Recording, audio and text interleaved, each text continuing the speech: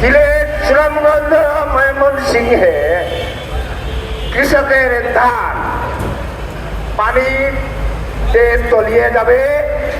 আগাম সরকার জানিয়ে দিয়েছে ৮০ ভাগ ধান আপনারা বর্তন করে পেলেন।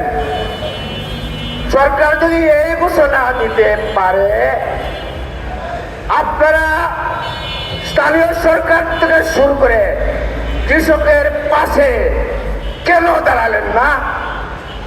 এক সপ্তাহের ভিতরে হাওর অঞ্চলে ধান কাটার জন্য কেন ব্যবস্থা সরকার থেকে করা হলো না?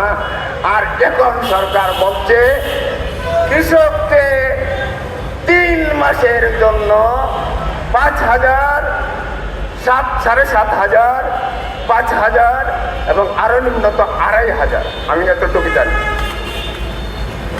আমি বলতে চাই বর্তমান সরকারকে, আমি বলতে চাই মাননীয় প্রধানমন্ত্রী তারেক জিয়াকে, কৃষক এই 3 মাসের বাঁচার জন্য আপনাদের কাছে চায় নাই।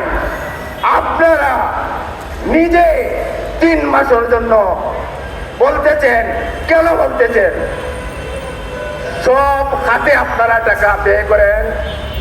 বছর বছর কৃষকের খাতে কয় টাকা আপনারা ব্যয় করেছেন? যে দেশে হাওর অঞ্চলের দাম দিয়ে বাংলাদেশের অর্থনীতি চাকা দাঁড়ায়, সেই অর্থনীতি প্রতিটা বছর ভঙ্গ হয়ে যায়। আমরা আশা করেছিলাম গণঅভ্যুত্থানের পর যে সরকার আসছে, এই সরকার অন্ততপক্ষে কৃষকের পাশে যাই দাঁড়াবে।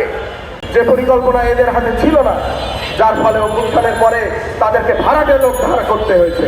আমরাও বারবার শ্রমিক কৃষক জীবন প্রাণ দিয়ে এখানে অভ্যুত্থান করবে আর ক্ষমতা চলে যাবে অন্যের হাতে, এটা হতে পারে না।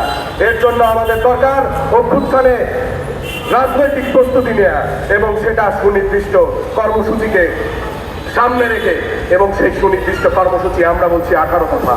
অভ্যুত্থানের রাজনৈতিক প্রস্তুতি নিন এবং গণ অভ্যুত্থানের রাজনৈতিক প্রস্তুতি নিন এবং হাওর সহ সব জায়গায় যে অন্যায় চলছে তার বিরুদ্ধে প্রতিরোধ করে তুলুন।